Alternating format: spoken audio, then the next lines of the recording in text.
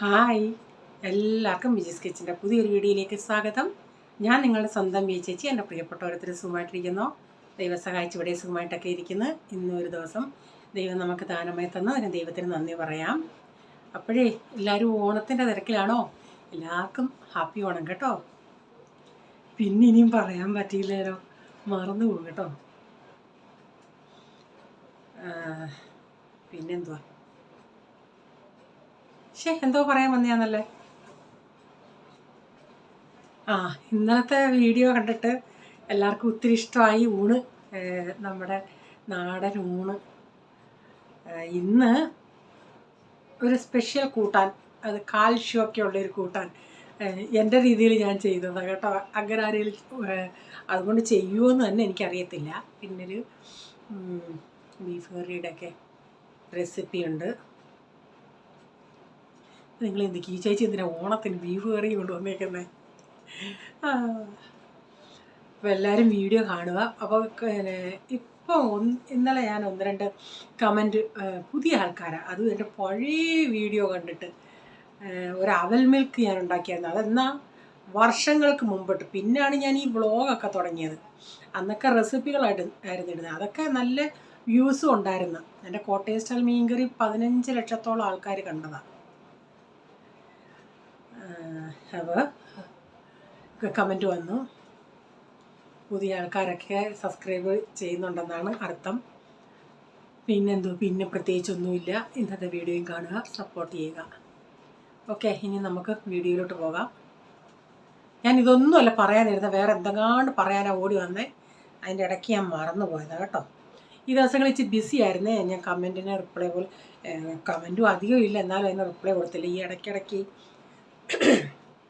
അച്ചാറൈസ് ആൾക്കാർക്ക് വീഡിയോ പോലും എടുക്കാൻ പറ്റുന്നില്ല. ഈ പ്രോൺസും ചിക്കനും അത് ഞാൻ ഒത്തിരി ഇട്ട് വെക്കത്തില്ല. അത് ഓർഡർ പ്രകാരം ആർക്കാ അങ്ങനെ വേണ്ടിയേ അതനുസരിച്ച് ഇടത്തുള്ളൂ. അല്ലാതെ ബീഫും മീൻ കിട്ടിയില്ല ഇതുവരെ കേരമീൻ അച്ചാറിടാനായിട്ട്. അങ്ങനെയുള്ളത് ഇച്ചിരി നമ്മൾ കൂടുതലായിട്ടിടും. നാരങ്ങയും ഈന്തപ്പഴവും അങ്ങനെയൊക്കെയുള്ള മാങ്ങയൊക്കെ. ഈ ചിക്കനും പ്രോൺസും ആരെങ്കിലും പറയുന്നത് അതനുസരിച്ച്. ഇപ്പോൾ ഒരാൾ 1 കിലോ പറയുവാണെങ്കിൽ അന്നേരം ഒരു 2 കിലോ ഇടും, അങ്ങനെയുള്ളൂ. ഓക്കെ, അന്നേരമേ പോൾമോൻ ഒരു ജീൻസ് വാങ്ങിച്ചു. കഴിഞ്ഞ ആഴ്ച ഒരു ബ്ലാക്ക് വാങ്ങിച്ചു. ഇതിനു മുമ്പിട്ടും ബ്ലാക്ക്. ഇവനങ്ങ് ബ്ലാക്ക് ടീഷർട്ടാണ് നേരും ബ്ലാക്ക്. അപ്പം ഞാൻ റീച്ചാകത്ത് പറഞ്ഞാൽ എനിക്കിവൻ ബ്ലൂ ഇടുന്നത് കാണാൻ ഭയങ്കര ഇഷ്ടമാണ്. അപ്പം ഞാൻ പറഞ്ഞു റീച്ചാ, അവനോട് പറയിച്ച എൻ്റെ ഒരു ആഗ്രഹമല്ലേ, ഒരു ബ്ലൂ വാങ്ങിക്കാൻ പറ. അപ്പം ഞാൻ പറഞ്ഞു ഒരെണ്ണം കൂടെ വാങ്ങിയിരിപ്പം അവൻ്റെ മെഷർമെൻറ്റിന് നല്ല. ഇവർ കടയിൽ പോയി വാങ്ങിച്ചാൽ ഇത്രയും നല്ലതായിട്ട് കിട്ടത്തില്ല, ഓൺലൈനിൽ വാങ്ങിച്ചത്. അപ്പം വാങ്ങിക്കണം. അപ്പം റീച്ചാൻ പറഞ്ഞു അവൻ്റെ ഇഷ്ടത്തിന് അവൻ നോക്കട്ടെന്ന് പറഞ്ഞു. ഞാൻ പിന്നെ അത് വിട്ടു. അപ്പോൾ ഞാൻ പോണോടെ പോളെ, നീ ഒരു ബ്ലൂ ജീൻസ് വാങ്ങിയടാ, എനിക്ക് ഭയങ്കര ഇഷ്ടമാടാ നീ ജീൻസ് ഇട്ട് കാണാൻ, അമ്മമാർക്കൊരു ആഗ്രഹം ഇല്ലേടാ. ഞാൻ പറഞ്ഞു എന്നാൽ ടീക്കേ, എനിക്ക് ഇനി വീണ്ടും ഒരു ബ്ലാക്ക് ഒരു ബ്ലൂവും കൂടെ വാങ്ങിക്കാൻ. എവിടെ പോടാ, എന്താണേലും ഇന്ന് വന്നു. അതാണ്.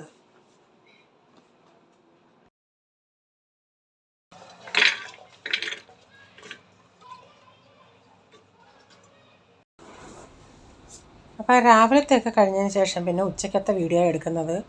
അപ്പോൾ ഞാൻ ഇച്ചിരി 2 ഉരുളൻകിഴങ്ങ്, ഒരു ക്യാരറ്റ്, കുറച്ച് മട്ടർ, അതിൻ്റെ അകത്തൊരു ഇച്ചിരി മഞ്ഞൾപ്പൊടി, കുറച്ച് വെള്ളം ഒഴിച്ച്, പിന്നെ 1 കപ്പ് മക്കാനയും ചേർക്കുന്നുണ്ട്. ഇത് ഞാൻ അങ്ങനെ ചെയ്തിട്ടില്ല, എന്നാൽ ചിന്തിച്ചെന്നാൽ അല്ലാതെ ഇവിടെ 2 പാക്കറ്റ് റീച്ച് നേരത്തെ വാങ്ങിച്ച ഒരു പാക്കറ്റ് ഇരിപ്പുണ്ടായിരുന്നു. കഴിഞ്ഞ ദിവസം ഡിമാർട്ടിൽ പോകണ്ടേ, ഞാൻ പറയാതെ തന്നെ റീച്ച് 1 പാക്കറ്റ് കൂടെ കൊണ്ടുവന്നു. അപ്പോൾ ഞാൻ ചിന്തിച്ചെന്നാൽ അതെങ്ങനെയും ഒന്നീ വറുത്ത് വെക്കാം. പ്രൈസിന് ഇങ്ങനെ വറുത്ത് ഈ പാലിൻ്റെ അകത്ത് ഇട്ടിട്ടവൻ ചിലപ്പം ഇങ്ങനെ കഴിക്കും. മറ്റവൻ അതുമില്ല. അപ്പോൾ ഞാൻ ചിന്തിച്ച് നല്ല കാൽഷ്യമൊക്കെ ഇത്, എന്നാൽ ഇവരുടെ വയറ്റിൽ ചെല്ലട്ടെന്നും പറഞ്ഞ് ഞാൻ ഇന്നിങ്ങനെ ചപ്പാത്തിക്ക് ഒരു കൂട്ടാനുണ്ടാക്കുക. അപ്പോൾ അതുകൂടെ 1 കപ്പ് ഇട്ടിട്ട് ഒരു വിസിലടിച്ചെടുക്കുന്നുണ്ട്. അപ്പം ഞാനിവിടെ കടായി വെച്ച് ഇച്ചിരി ഓയിലൊഴിച്ചിട്ട് ഒരു ഇച്ചിരി കടുകിട്ട് പൊട്ടിക്കുന്നുണ്ട്. ഒരു സവാള, വെളുത്തുള്ളി ഇങ്ങനെ അല്ലി ഇങ്ങനെ അരിഞ്ഞെടുത്തിട്ടുണ്ട്. 2 കുഞ്ഞ് ടൊമാറ്റോ,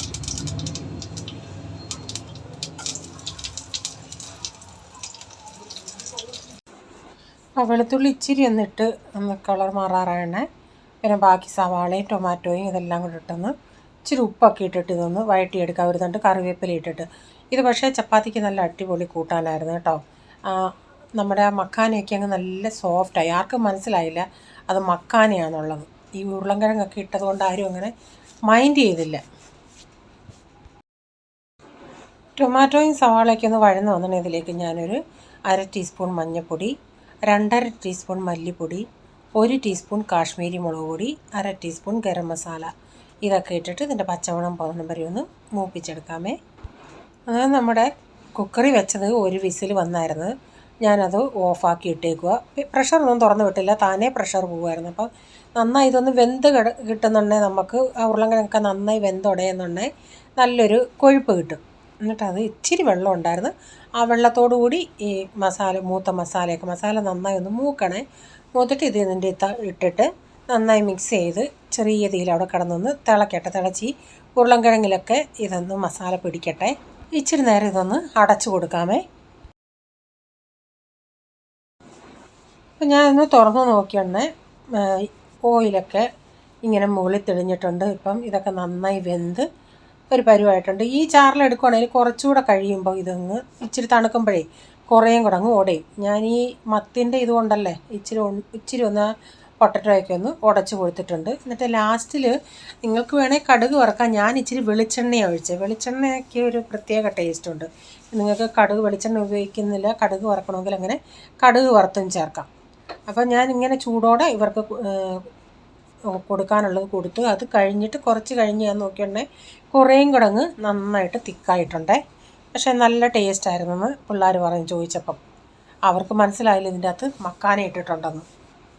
പറയുമ്പോഴല്ലേ, കഴിച്ച് കഴിഞ്ഞിട്ട് പറയുവാണെങ്കിൽ പറയും അയ്യേ ടേസ്റ്റ് ഇല്ലായിരുന്നെന്ന്. ഇപ്പം വേണ്ട കുറേ കൂടെ ഡ്രൈ ആയിട്ടുണ്ടേ.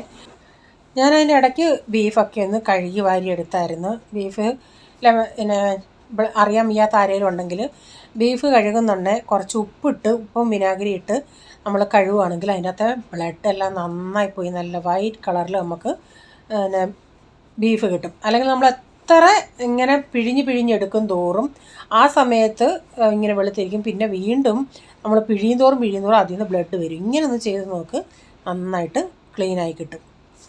ഞാനിവിടെ ഉരുളി വെച്ച് ഇച്ചിരി ഓയിലൊഴിച്ച് അതിലേക്കൊരു 7 സവാളയും ഒരു വലിയ 2 കുടം വെളുത്തുള്ളിയും ഇതിലേക്ക് ഞാൻ ഇഞ്ചി അരച്ച് വെച്ചിട്ടുണ്ടല്ലേ അതിൽ നിന്ന് 1 ടേബിൾ സ്പൂൺ ഇഞ്ചി പേസ്റ്റ് കൂടെ ചേർക്കുന്നുണ്ട്. അപ്പം ഞാൻ വീഡിയോ എടുത്തുകൊണ്ടിരുന്ന സമയത്ത് ഇതിൻ്റെ അകത്ത് ഞാൻ മസാലയൊക്കെ പൊടികൾ ചേർക്കുന്ന വീഡിയോ ഇതിൽ നിന്ന് എടുക്കാൻ പറ്റില്ല. കാരണം ഉള്ളി അങ്ങ് വഴന്നും പോയി. പിന്നെ എൻ്റെ വീഡിയോയുടെ സ്പേസ് മൊത്തത്തിൽ തീർന്നു. എനിക്ക് വീഡിയോ എടുക്കാൻ പറ്റാതായി. പിന്നെ ഞാൻ പെട്ടെന്ന് കുറേ വീഡിയോകൾ ഞാൻ ഈ ഷോർട്ട് വീഡിയോ ഇടാനായിട്ട് വെച്ചിരിക്കുന്ന വീഡിയോ കുറച്ച് ഡിലീറ്റ് ചെയ്യേണ്ടി വന്നു. അപ്പം ഞാൻ പറഞ്ഞില്ലേ, ഇത് ഞങ്ങൾ SD കാർഡിലേക്ക് ഞാൻ ഈ എടുക്കുന്ന വീഡിയോ SD കാർഡിൽ പോകാനായിട്ട് ഇൻറ്റേർണലല്ല അങ്ങനെ പോകാനായിട്ട് നമ്മൾ സെലക്ട് ചെയ്ത് വെച്ചെങ്കിലും അത് ഓട്ടോമാറ്റിക്കലി എങ്ങനെയോ ഇത് ഇൻറ്റേർണലിൽ പോയി മൊത്തം സ്റ്റോറേജ് ഫുള്ളായി. അതുകൊണ്ട് പിന്നെ ആ മസാല ഇട്ടതൊന്നും സമയം പോവുകയും ചെയ്യുമായിരുന്നു. അപ്പോൾ മസാല ഞാനങ്ങ് ഇട്ട് കുറച്ച് നേരം എടുക്കുമല്ലോ അത് മൂക്കാനായിട്ട് അതും മസാല ഇട്ട് ചെറിയ തീയിലിട്ടിട്ടാണ് ഞാൻ പിന്നെ ഈ വീഡിയോകളൊക്കെ ഡിലീറ്റ് ചെയ്തത്. അതുകൊണ്ട് മസാലകൾ ഞാൻ പറയാം എത്ര പൊടികളാണ് ഇട്ടതെന്ന്, ആ വീഡിയോ എടുക്കാൻ പറ്റിയില്ല. ഇതിപ്പോൾ 2 കിലോ ബീഫിൻ്റെ അളവാണ് പറയുന്നത്. ഞാനിതിലേക്ക് 1 ടീസ്പൂൺ മഞ്ഞൾപ്പൊടി, ഒരു 3 ടേബിൾ സ്പൂൺ മല്ലിപ്പൊടി, 2.5 ടേബിൾ സ്പൂൺ കാശ്മീരി മുളക് പൊടിയും പിന്നെ നോക്കിയിട്ട് എരിവ് കുറവാണെങ്കിൽ അത് ചേർക്കാം. പിന്നെ 1 ടേബിൾ സ്പൂൺ ഗരം മസാലയും 1/2 ടേബിൾ സ്പൂൺ കുരുമുളക് പൊടിയും കൂടെ ചേർത്ത് അതിൻ്റെ പച്ചമണം പോകുന്ന വരെ നന്നായി ഒന്ന് മൂപ്പിച്ചെടുത്തായിരുന്നേ. അതിലേക്ക് പിന്നെ ഞാൻ ബീഫ് ഇട്ട് കൊടുത്തിട്ടുണ്ട്. അപ്പോൾ കുറച്ച് നേരം ഞാനിത് വേവിച്ചിട്ട് ഞങ്ങൾക്ക് വെളിയിലും പോകണമായിരുന്നു. അപ്പം ഞാൻ വെന്തോന്ന് നോക്കിയാണ് പോള് പറഞ്ഞു മമ്മി ഈ പിള്ളേർക്കൊക്കെ നന്നായി വേവണം. നമുക്കൊക്കെ ഇത് കുഴപ്പമില്ല, എനിക്കൊക്കെ കുഴപ്പമില്ല. ഇവിടെ ഇവർക്കെല്ലാം അപ്പച്ചനും പല്ലിനും വയ്യാത്തതുകൊണ്ട് വേവണമല്ലോ. പിന്നെ ഞാൻ കുക്കറിൽ അത് വീണ്ടും ഇട്ടിട്ട് ഒരു വിസിലടിച്ച് അത് കഴിഞ്ഞ് ഓഫാക്കിയിട്ടുണ്ടെ ആ എണ്ണയൊക്കെ ഇതിൽ തെളിഞ്ഞ് ഇപ്പം നന്നായി അങ്ങ് വെന്തിട്ടുണ്ട്. ഇവർക്ക് നന്നായി വേവണം. ഇവർക്കല്ലേലും ബീഫിനേക്കാൾ ഇഷ്ടം ചിക്കനാണ്. ഇവിടെ എനിക്കും റീച്ചാനുമാണ് ബീഫ് ഇഷ്ടം. അപ്പോൾ അച്ചാർ ഉണ്ടാക്കാൻ നമ്മൾ ബീഫ് വാങ്ങിക്കാൻ പോകുമ്പോൾ ഇച്ചിരി വീട്ടിലത്തേക്കൂടെ വാങ്ങിക്കും. അല്ലാതെ പോയി ഇത്തിരി ദൂരമാണ്, അല്ലാതെ നമ്മൾ പോയി വാങ്ങിക്കാറില്ല. ചിക്കൻ ആകുമ്പോൾ നമ്മൾ ഫോൺ ചെയ്താലും വീട്ടിലേക്ക് കൊണ്ടുതരും. പിന്നെ ഞാൻ കുക്കറിൽ നിന്ന് ഇതൊരു വേറൊരു പാത്രത്തിലോട്ടാക്കി. എന്നിട്ട് പിന്നെ കടുകൊക്കെ വറുത്ത് ചേർത്തു. അപ്പോൾ ഞങ്ങൾ പിന്നെ വെളിയിൽ പോയിട്ട് വന്നു. അപ്പോൾ ഞാൻ ചിന്തിച്ചെന്നാൽ എനിക്ക് കുറച്ച് സമയം ഉണ്ടായിരുന്നു. ഞാൻ ഇച്ചിരി കോവയ്ക്കയും വെണ്ടയ്ക്കയും അന്നേരം പച്ചക്കറി ഇന്ന് വാങ്ങിച്ചുകൊണ്ട് വരാമെന്ന് പറഞ്ഞു. അപ്പോൾ ഫ്രിഡ്ജിൽ വെക്കാൻ സ്ഥലമില്ല. നേരത്തെ ഇച്ചിരി കോവയ്ക്കയും വെണ്ടയ്ക്കയും ഇരിപ്പുണ്ടായിരുന്നു. എന്നിട്ട് ഞാൻ ടീച്ചറിനോട് പറഞ്ഞില്ല, വെണ്ടയ്ക്ക ആദ്യത്തെ പ്രാവശ്യത്തെ വെണ്ടയ്ക്ക അടിയിൽ കിടക്കുമായിരുന്നു. അത് എടുത്തുടനെ പന്നലായി. പിന്നെ ആ ഒരു പാക്കറ്റ് കളയേണ്ടി വന്നു. അന്യായ വില കൊടുത്ത് നമ്മൾ വാങ്ങിക്കുന്ന സമയത്ത് എൻ്റെ അഹങ്കാരം നോക്കിക്കോണം, ഞാനത് അടിയിലായിപ്പോയി. വെണ്ടയ്ക്ക ഞാൻ അങ്ങനെ അടിയിലിടുന്നതല്ല, ഇത് വെയിറ്റുള്ള സാധനങ്ങൾ അടിയിലിട്ടിട്ട് ഇത് മുകളിൽ വെക്കുന്നതാണ്. പിന്നെ ഞാനത് അരിഞ്ഞിട്ട് രാത്രി തന്നെ അരിഞ്ഞിട്ട് പിന്നെ അത് വീണ്ടും വെക്കണ്ടെന്ന് പറയും. കാരണം പച്ചക്കറികൾ കൊണ്ടുപോകാൻ വെക്കാൻ സ്ഥലം വേണ്ടേ. ഞാനതുകൊണ്ട് രാത്രി തന്നെ ഇച്ചിരി ക്വാണ്ടിറ്റി ഉണ്ടായിരുന്നു. ഞാൻ പറഞ്ഞില്ലേ, കോവയ്ക്കയും 2 കൂട്ടം ഉണ്ടായിരുന്നു. ഇതെല്ലാം എങ്ങനെയും അങ്ങ് ഇച്ചിരി ആദ്യം ചിന്തിച്ച് അരിഞ്ഞങ്ങ് വെക്കാമെന്ന്. അന്നേരം പിന്നെയും ചിന്തിച്ചു ഫ്രിഡ്ജിൽ മേളത്തെ തട്ടിലും ചിലപ്പോൾ വെക്കേണ്ടി വരുമെന്ന് പറഞ്ഞ് ഞാൻ ചിന്തിച്ചത് അങ്ങ് മെഴുക്ക് പുരട്ടി അങ്ങ് ആക്കി വെച്ചാൽ നാളെ ഇവർക്ക് ചപ്പാത്തിക്കും ഇതാവുമല്ലേ. ഇപ്പം ഇത് ഒന്ന് നമ്മൾ അടപ്പത്തൊന്ന് ഇട്ടിട്ട് പിന്നെ ഇടയ്ക്കിടയ്ക്ക് ഇളക്കി കൊടുത്താൽ മതി, അതിൻ്റെ കൂടെ നിൽക്കേണ്ട ആവശ്യമില്ലല്ലേ. അപ്പോൾ ഞാൻ അതുകൊണ്ട് ഉരുളിയെടുത്ത് ഇത്തിരി കൂടുതലുള്ളത് കൊണ്ട് ഞാനത് ഓയിലൊഴിച്ചിട്ട് കടുകിട്ട്. അപ്പം കറിവേപ്പില ഞാനൊന്ന് കഴുകിയതായിപ്പം, അങ്ങനെ അത് ഇടുമ്പം പൊട്ടിത്തെറിക്കുമല്ലേ. അതുകൊണ്ടാണ് ഞാനൊരു സ്പൂണിലോട്ട് വെച്ചിട്ട് അതൊക്കെ ഇട്ടത്. എന്നിട്ട് ഞാൻ സവാളയും ഒന്ന് വാട്ടിയിട്ട് പിന്നെ കോവയ്ക്കയും വെണ്ടയ്ക്കയും കൂടി ഇട്ട് കൊടുത്ത്. എന്നിട്ട് ഹൈ ഫ്ലെയിമിൽ കുറച്ച് നേരം അങ്ങ് ഇളക്കി. ഈ ഉരുളിയാകുമ്പോൾ നല്ല ചൂടുണ്ട്, നമുക്ക് പെട്ടെന്ന് അതൊന്ന് വാടിക്കിട്ടി. ഞാൻ വെളിയിൽ നിന്ന് വന്നിട്ട് ഡ്രസ്സും മാറിയില്ലായിരുന്നു. എന്നിട്ട് ഉടനെ ഇതാ ഉണ്ടാക്കിയത്. പിന്നെ ഇവർക്കൊക്കെ ചോറ് കൊടുത്തിട്ട് ഞാൻ പറയില്ല, ഇന്നത്തേക്കിന് ഈ മെഴുക്ക് പുരട്ടി വേണ്ട, നാളത്തേക്ക് മതിയെന്ന്. ഇവർക്കൊക്കെ വന്ന് ചോറും കൊടുത്ത് പിന്നെ ഇതിൻ്റെ പുറകെയായിരുന്നു. സാധാരണ ഞാൻ ആദ്യം തന്നെ മഞ്ഞപ്പൊടിയും മുളക് പൊടിയും അങ്ങ് ഇടുന്നതാണ്. ഇന്ന് പക്ഷേ ആദ്യം ഇട്ടില്ല. ആ വെണ്ടയ്ക്കയിലെ ആ വഴുവഴുപ്പൊക്കെ ഒന്ന് പോകുന്നിടം വരെ ഞാൻ നന്നായിട്ട് ഹൈ ഫ്ലെയിമിലൊന്ന് വാട്ടിയതിന് ശേഷമാണ് മുളക് പൊടിയും മഞ്ഞപ്പൊടിയും ഇട്ട് കൊടുത്തത്. വെളിയിൽ പോയിട്ട് വന്നപ്പോഴത്തേക്കിന് നന്നായി ക്ഷീണിച്ചു. അപ്പോൾ ഇതൊന്ന് അടപ്പത്ത് വെച്ചിട്ട് ഒരു കട്ടൻ കാപ്പി കുടിക്കണമെന്ന് തോന്നി. കട്ടൻ കാപ്പി എനിക്ക് മാത്രം മതി, രാത്രിയിലായണേ വേറെ ആർക്കും വേണ്ടാന്ന് പറഞ്ഞു. അപ്പോൾ എന്തുവന്നാലും ഞാൻ ഇട്ടുണ്ടെങ്കിൽ ഇവർ വേണ്ടാന്ന് പറഞ്ഞിട്ട് വേണമെങ്കിൽ സമയമാകുമ്പോൾ വേണമെന്ന് പറയും. അതുകൊണ്ട് ഒരു ഇച്ചിരി കൂടെ കൂടുതലിട്ട് ഒരു കട്ടൻ കാപ്പി കുടിച്ച് എന്നിട്ട് ഇതിൻ്റെ പുറകെ ഇരിക്കണ്ടല്ലോ, അതുകൊണ്ട് പിന്നെ പോയി ഇച്ചിരി ഇരുന്ന് സമാധാനമായെന്നുള്ള.